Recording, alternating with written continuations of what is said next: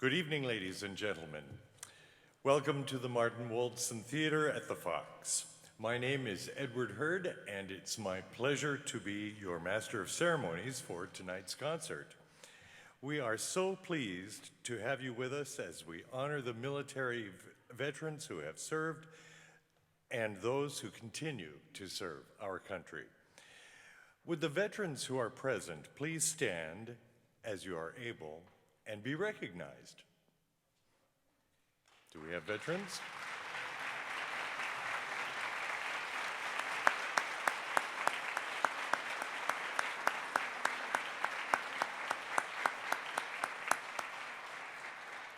Thank you. This concert is for you. Now, please join me in giving a warm welcome to Ben Brueggemeyer and the members of the Ferris High School Wind Ensemble.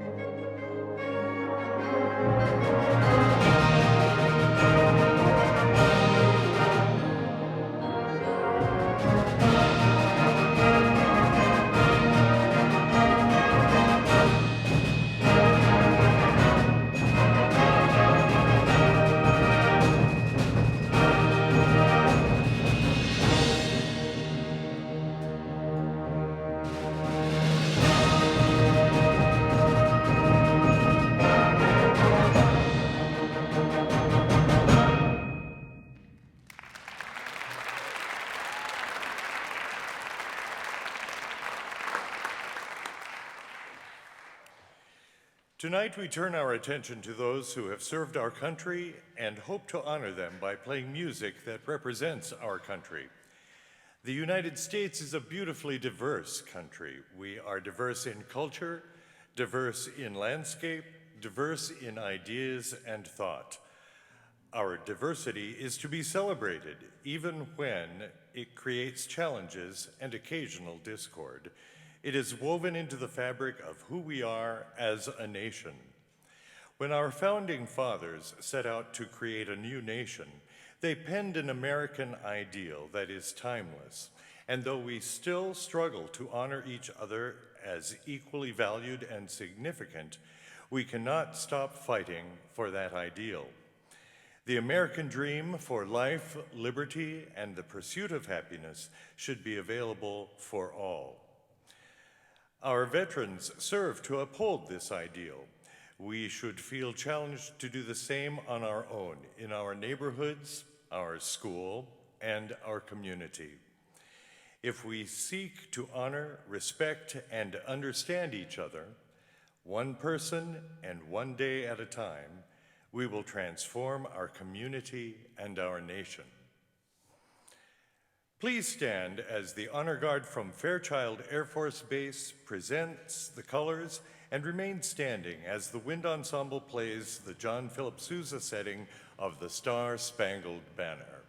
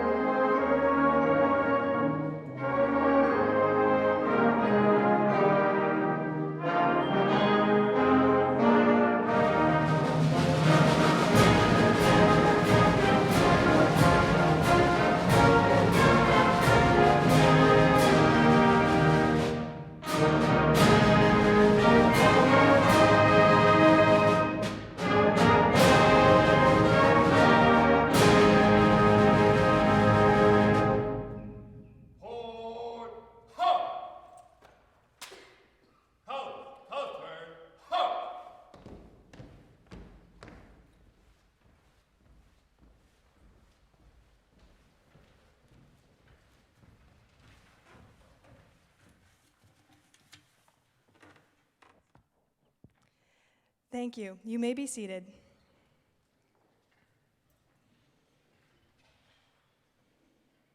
Tonight, we will play three very different settings of one of our treasured national pieces, My Country 'Tis of Thee, more commonly known as America.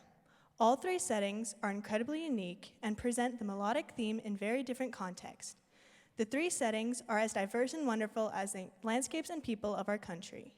Our first setting, an American fanfare, is a departure from the normal, stately, or hymn-like nature of the piece and is presented as a fast and hard-driving fanfare. Many liberties are taken with both the melodic and harmonic elements of the piece.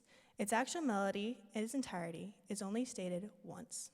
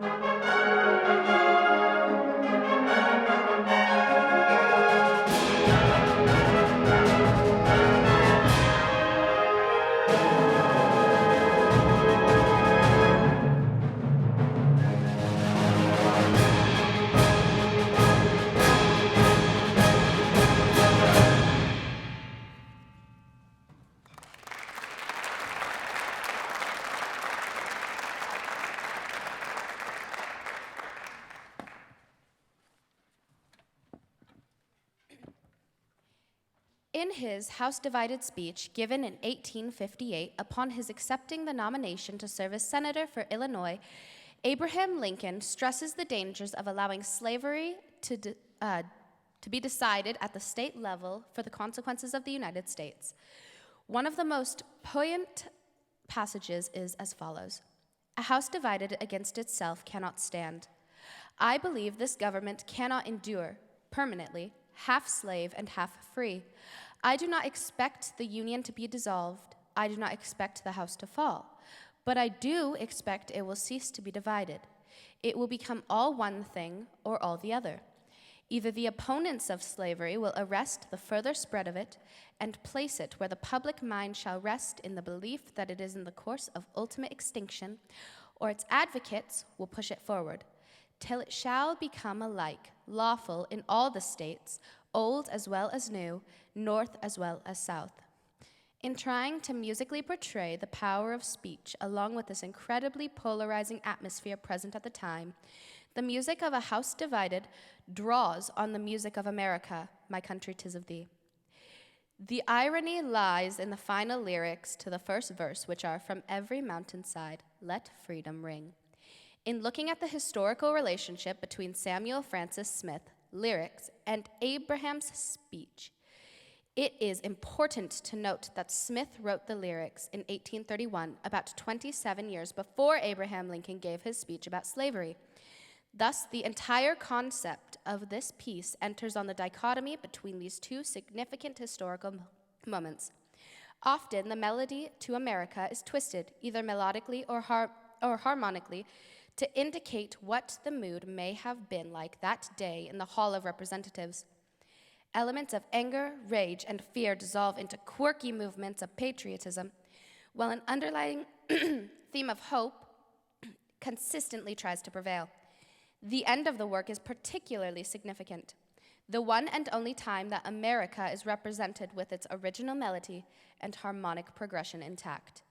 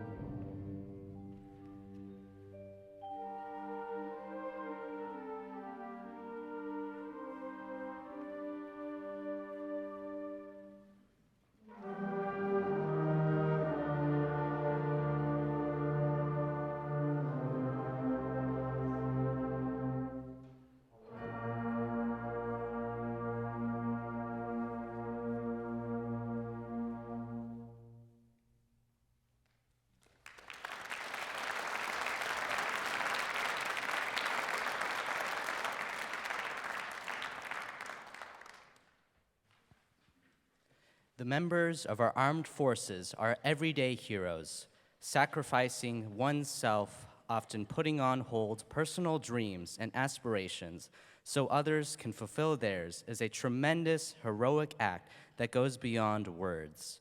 We are so thankful for their service and sacrifice for our nation, whether in times of hardship, joy, mourning, celebration, worship, or the day-to-day moments of our lives. Music is a powerful force that can provide immensely more than words.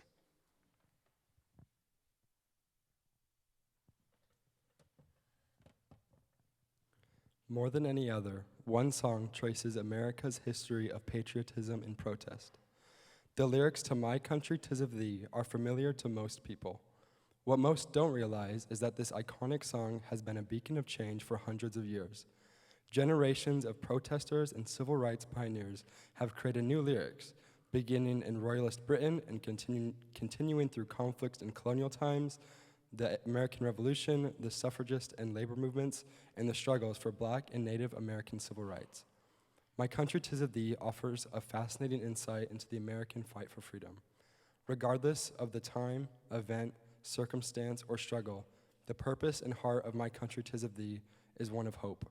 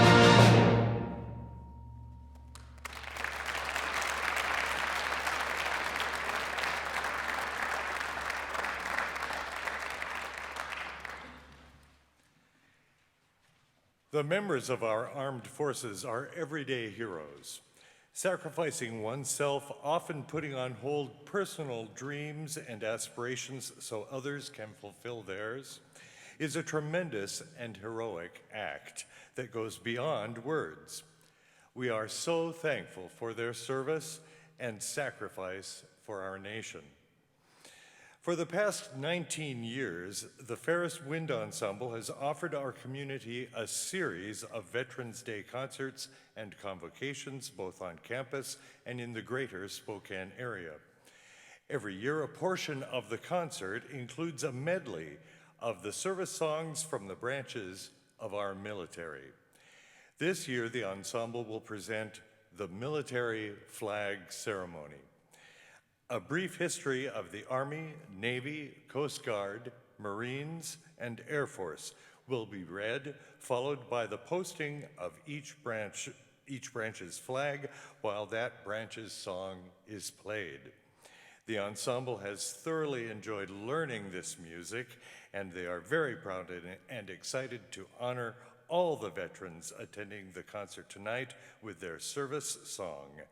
Please stand as you are able for your service song. Also, we hope that you will join us by singing the words if you know them. It is my pleasure to introduce Derek Schweigert as he proudly posts the flag of the United States Army. The U.S. Army was born from humble origins, a ragtag group of revolutionaries who sought to protect the freedoms and rights they believed in. They were amateur militiamen, many with no previous military experience. They had little training, no standardized equipment, and no central chain of command. By early 1775, the Revolutionary War was growing and a more formal approach was necessary. Historians have settled upon June 14th, 1775 as the official birthday for the U.S. Army. This was the date the Second Continental Congress formed a committee to draft rules and regulations to support an army comprised of members of the colonies. They also committed to providing funds and training. The Second Continental Congress appointed George Washington as the commander-in-chief of the Continental Army, and he took command on July 3rd, 1775. From those humble beginnings rose the world's most powerful, best-equipped, and best-trained army. As you can imagine, these changes didn't happen overnight. It has taken over 200 years of war and peace for the U.S. Army to evolve into its current state as an organization and the world's most elite army. The U.S. Army has distinguished itself in numerous battles, wars, and peacekeeping missions. With legendary names such as Washington, Patton, Grant, Eisenhower, and MacArthur, in historic campaigns we remember such as Gettysburg, Market Garden, Lexington, Concord, Battle of the Bulge, Antietam, Fort Sumter, and Bull Run. We salute all that have served and currently serve in the United States Army. The United States Army is a decorated branch of our military. Like all the other branches, the Army has its own flag and symbols with a rich history that date back centuries ago. The official Army flag consists of a white field with a blue symbol and red ribbon that reads, United States Army. Below that, the year 1775 is written in blue, which denotes the beginning of the Army. The blue insignia that takes up most of the flag is the central design of the original War Office seal. The Phrygian cap within the symbol that is supported by the sword also has the motto, "This will defend," written on a scroll coiled around a rattlesnake. The U.S. Army flag was dedicated and unfurled to the general American public in June 14th, Flag Day, in 1956 at Independence Hall in Philadelphia. That day also marked the 181st anniversary of the establishment of the Army by the Continental Congress in 1775. We salute all that have served and currently serve in the United States Army.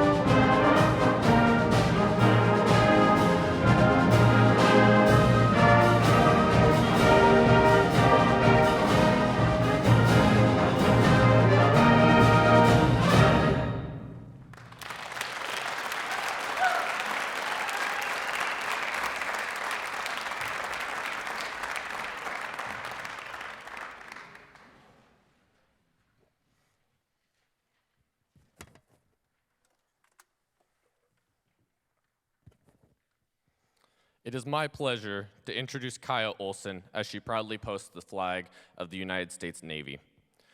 The history of the United States Navy is very rich and storied. The Navy begins with its inception in 1775 during the Revolutionary War, when General Washington seized 3 vessels flying the British flag near Massachusetts. Congress decided to add a few more vessels to them, and the U.S. Navy was born. Congress took this action on October 13, 1775, and this has been adopted as the official birthday of the Navy. As Congress turned its attention to other matters after the Revolutionary War, the Navy was disbanded for a short time from 1790 until its reestablishment in 1797 with the commissioning of 3 armed naval ships, the USS Constellation, the USS Constitution, and the USS United States. The United States Navy was brought into the new era of modern naval warfare beginning in 1880 until 1907, with the addition of battleships, frigates, and a number of other surface vessels. President Theodore Roosevelt ordered the U.S. Navy on a 14th-month world tour to demonstrate the capability of the new U.S. Navy. The U.S. Navy did not see very much action in World War I, but served valiantly during World War II and was responsible for many victories at sea. The Navy fought with valor during Vietnam, was used to blockade Cuba during the Cuban Missile Crisis, and has supported our armed forces in every major armed conflict since. The modern U.S. Navy is the most technologically advanced ocean-going armed force in the world. It leads the world in technology, including the service of sailors working to advance the field of nuclear propulsion and nuclear engineering. With the legendary names such as Husband Kimmel, Chester Nimitz, William Halsey, Raymond Spruance, DeWitt Ramsey, and Robert Dennison, in historical campaigns we remember such as Coral Sea, Midway, Hampton Roads, Okinawa, Lake Erie, and Manila Bay. The first Navy Jack flag has red and white stripes with the words "Don't tread on me" and a rattlesnake in the middle. It is the current U.S. Jack authorized by the United States Navy. The "Don't tread on me" motto was originally established by Christopher Gadsden in the 1700s and later adopted by the Navy. We salute all that have served and currently serve in the United States Navy.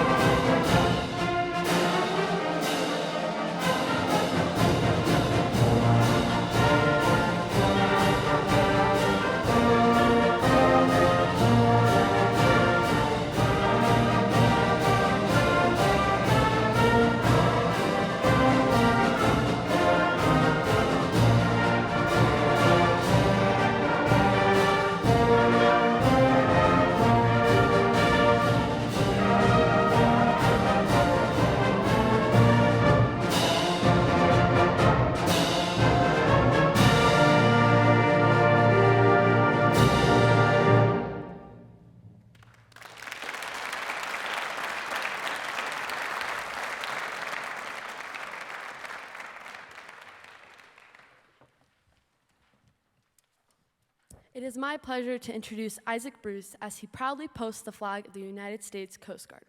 The Coast Guard's official history began on August 4th, 1790, when President George Washington signed the Tariff Act that authorized the construction of 10 vessels to enforce federal tariff and trade laws and to prevent smuggling. The service received its present name in 1915 under an act of Congress that merged the Revenue Cutter Service with the U.S. Life Saving Service. The latter consisted of dozens of stations placed around the nation's coastlines that were manned by dedicated crews willing to risk their lives to save those in peril on the sea, a role that meshed well with the Revenue Cutter's core missions. Also, the legislation creating this new Coast Guard expressly stated that it shall constitute a part of the military forces of the United States, thereby codifying the service's long history of defending the country alongside the nation's other armed services.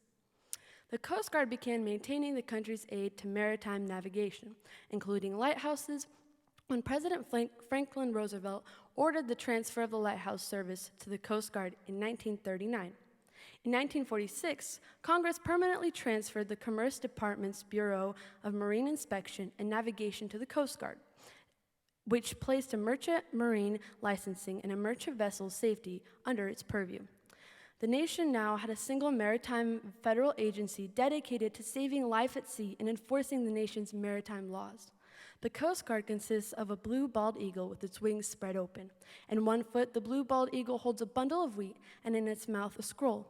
On the eagle's chest is a small banner with red and white stripes. Today, the official Coast Guard seal does not appear on the flag. It consists of two anchors crossed and pointed down. In the middle of them is a circle with the words, United States Coast Guard, 1790. And in the very center is a small banner with red and white stripes.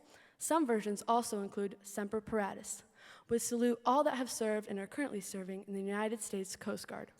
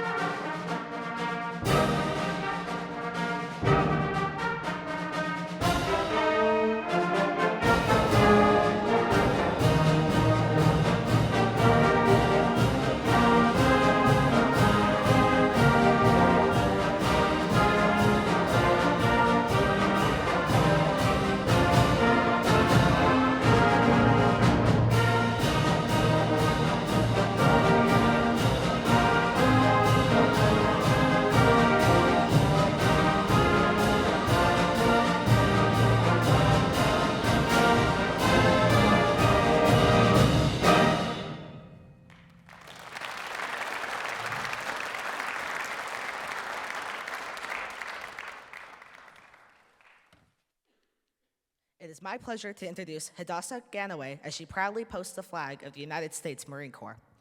The history of the United States Marine Corps begins with the founding of the Continental Marines on the 10th of November, 1775, to conduct ship-to-ship fighting, provide shipboard security and discipline enforcement, and assist in landing forces. On July 11th, 1798, U.S. President John Adams signed an act for establishing and organizing a Marine Corps, effectively creating a new branch of the military. Its mission evolved with changing military doctrine and foreign policy of the United States. Owing to the availability of the Marine forces at sea, the United States Marine Corps has served in nearly every conflict in U.S. history. It attained prominence and ultimately formed the cornerstone of the Pacific theater of World War II. By the early 20th century, the Marine Corps would become one of the dominant theorists and practitioners of amphibious warfare.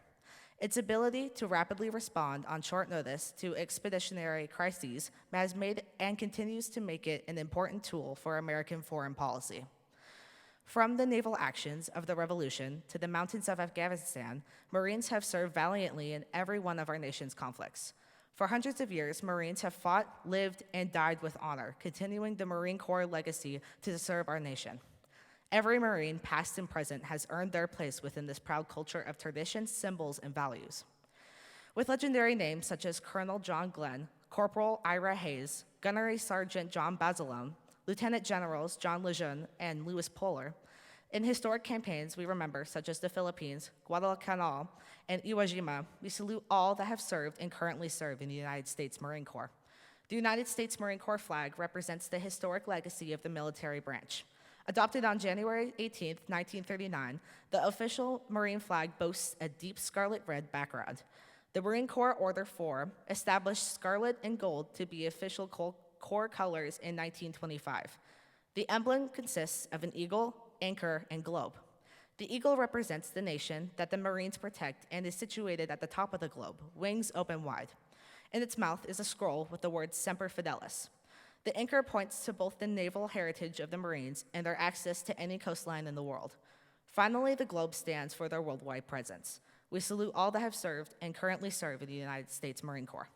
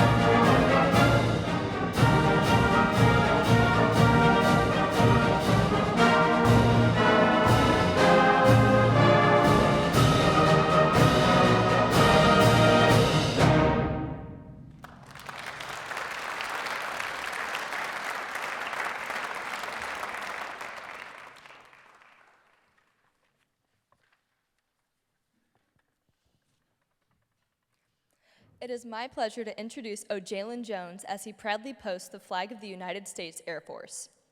As the United States assumed its place as a global superpower during and after the war, so too did the role of the Air Corps transform, first into the Army Air Forces in 1941, and finally as a separate branch known as the U.S. Air Force in 1947.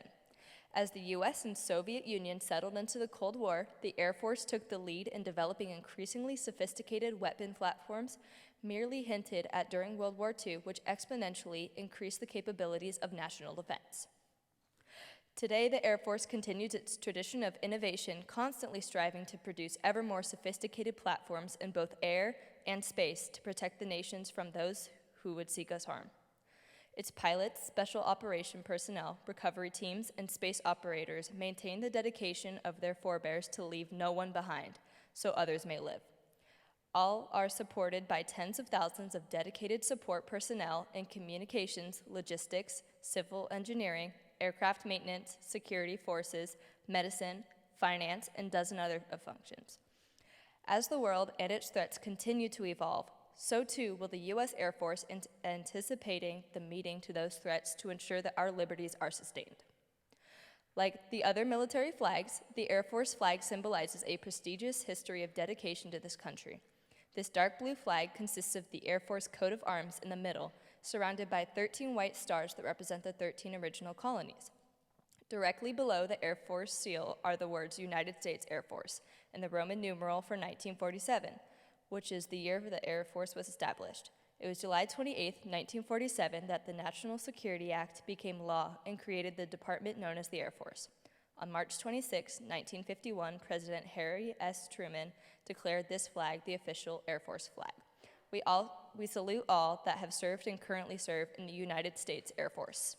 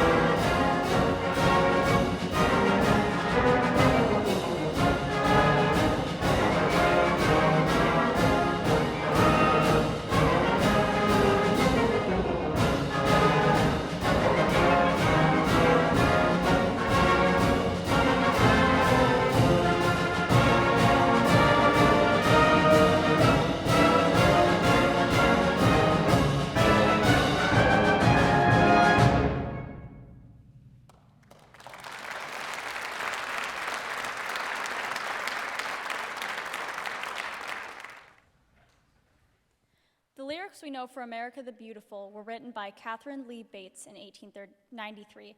Her poem, in its final version, had 8 verses. The first is the most beloved and well-known. Listen to 2 of the verses, powerful words for a beautiful nation in which we have so much hope, pride, and vision for a prosperous future.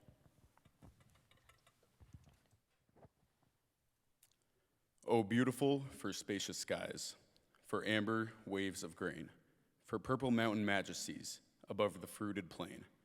America, America, God shed his grace on thee, and crown thy good with brotherhood, from sea to shining sea. Oh, beautiful for patriot dream that sees beyond the years, thine alabaster cities gleam undimmed by human tears. America, America, God shed his grace on thee, and crown thy good with brotherhood, from sea to shining sea.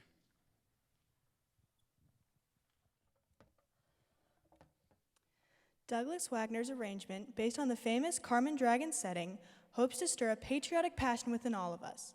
It begs us to reflect on what patriotism means and challenges us to contemplate what is truly beautiful about our country. Our veterans serve to provide us the opportunity to live in a nation where we can hope with certainty that one day the American ideal will be fulfilled for all of us.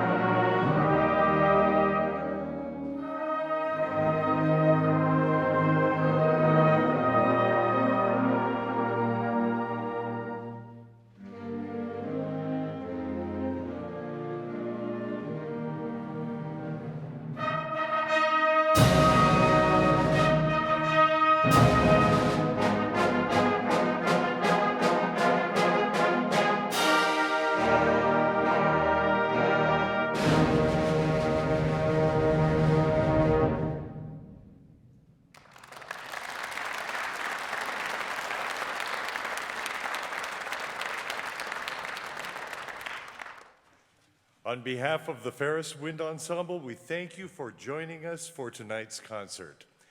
Please join me in thanking Walker Construction for being the primary underwriter of this concert.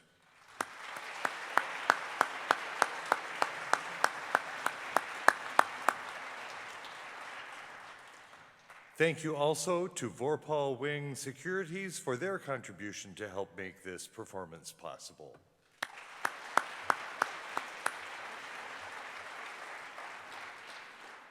Lastly, thank you to the staff and crew of the Fox Theater. It is a true privilege to perform on this stage.